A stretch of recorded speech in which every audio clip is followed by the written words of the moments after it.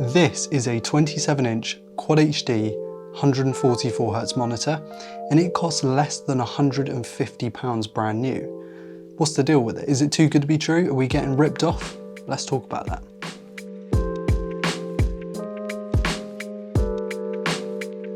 Hey guys, I'm Ryan Thomas, and yeah, this monitor costs £144.99, brand new on Amazon, and who wouldn't want a 27-inch Quad HD 144Hz monitor for a price that not too long ago we were paying for 24-inch 1080p 60Hz panels.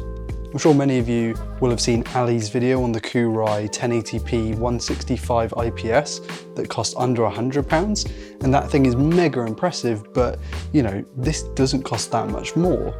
Is it worth going with it? Because on paper at least, it's looking pretty good. This is the Koorui 27E1QA. You know the base specs already, but in addition to those are the following features. It has a decently ergonomic stand, I mean in that you can tilt it and that's pretty much it, but it does have a vase mount, so you can put it on an arm like we have back here. It supports FreeSync, has 3 pretty slim bezels with a thicker sort of chin bar at the bottom. It has 2 HDMI ports, a DisplayPort port, a headphone out, and a standard kettle lead for power. And it comes with the display cable and power cable in the box, but no HDMI. Do take what I say with a pinch of salt because, like I said, nothing about this is scientific, but I do have a decent history with high refresh rate monitors. My daily is an XL2546K 240Hz, and I have the 165 QHD LGs, so I'm used to a high refresh rate.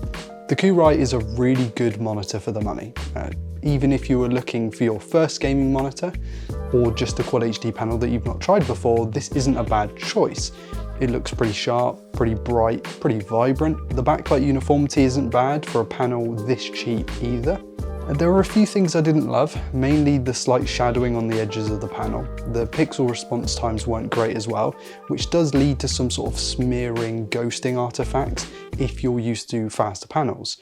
And to be honest, it's not very contrasty, even though it's a VA and not an IPS. Now, these things aren't the worst thing in the world when you consider what you're getting for the price. You can adjust the contrast in the settings, and the smearing is more obvious to me as a TN user with a really fast panel, but for the person I bought this for, it really didn't matter to her.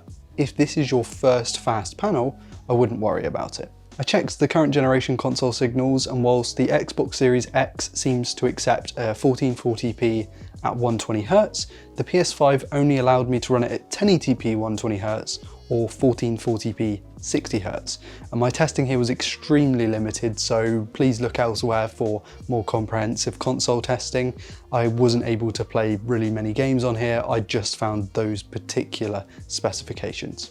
On PC, after playing a couple of hours of Apex, Overwatch 2, The Finals, which is a really cool game, gotta check that out if actually this video might be out after the playtest, don't worry, and a bit of CS2, I found that this monitor was really impressive for the money. It's 27 inches, which is right in line with what many gamers are looking for in 2023.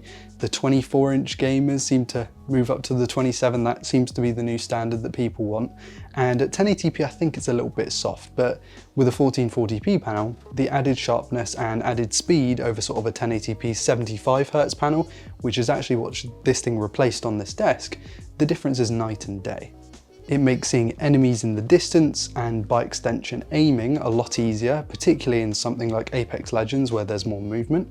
It feels immersive in story games thanks to that minimized stair-stepping effects and aliasing, which you would get more with a 1080p panel. And at about 250 nits brightness, it's not too dim for the price either. It's not going to blow you away, the HDR basically is non-existent, but for SDR content, it's not bad. I bought this for my partner, who after playing on a 120Hz TV, found her 75Hz monitor a bit underwhelming. It was a straight swap, and now she's so much happier with the Koorui panel, although has had to go out and buy a new graphics card because the 1066 gig was not having most games at Quad HD, especially not at 144 FPS. She doesn't have an eye for the nuances like ghosting that I mentioned earlier. However, she does represent a lot of gamers who aren't necessarily snobby enthusiasts. She notices the difference in refresh rate and differences in resolution, but she isn't going for the best of the best. And I imagine that's what most people looking to spend £150 on a monitor should really be looking for. I can confidently recommend the Koorui 27E1QA to the majority of gamers, especially if you don't have loads of money. Now, this does get a little bit awkward because the whole point is you don't have a lot of money, but it does actually take a fair amount of graphics horsepower to run games at Quad HD in the first place. You're going to want more graphics grunt in particular from something like a 7700 XT or a 3060 versus sort of an RX 480 or a GTX 1060. If you're stuck with older, lower end hardware, you might want to go for the 1080p panel that Ali obviously showed off in his video. Because we have had to lower settings to get triple digit frame rates, and actually sometimes it wasn't even possible to get triple digit frame rates at Quad HD with a 1066 gig. But overall, like I said earlier, I can recommend the 27E1QA. I wonder if I remembered that correctly. It's now sat on here on the right where the left panel is the 27-inch 1080p panel, and yeah, night and day difference. Really, really nice setup. £150 or under £150, it's a bargain, absolute bargain. Now, you're gonna notice a difference if you buy something nicer. The LG panels that I have on my desk are clearly nicer, they look better, they are more responsive, but also they cost a lot more money. And you can get 1080p, TN or IPS panels that are going to be quicker than this, won't be as sharp. You can get panels that are sharper than this, but won't be as quick. This does seem to manage to match both of those things pretty well. So for you enthusiasts, click away, go buy something else. But for those of you who aren't snobs, consider it. It's a good deal.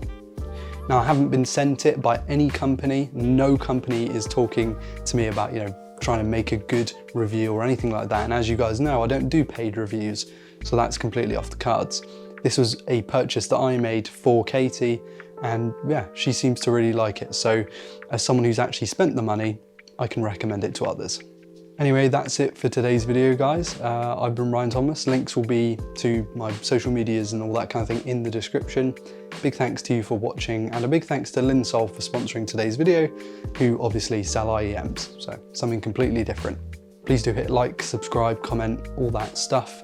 Links will be again in the description, and I want to hear your feedback on this. Have you tried a Koorui monitor? Have you enjoyed them? I don't know. Anyway, I've been Ryan Thomas. I think I've said that twice now. I've had like 3 cups of coffee. I'm absolutely wired. Catch you later. Cheers.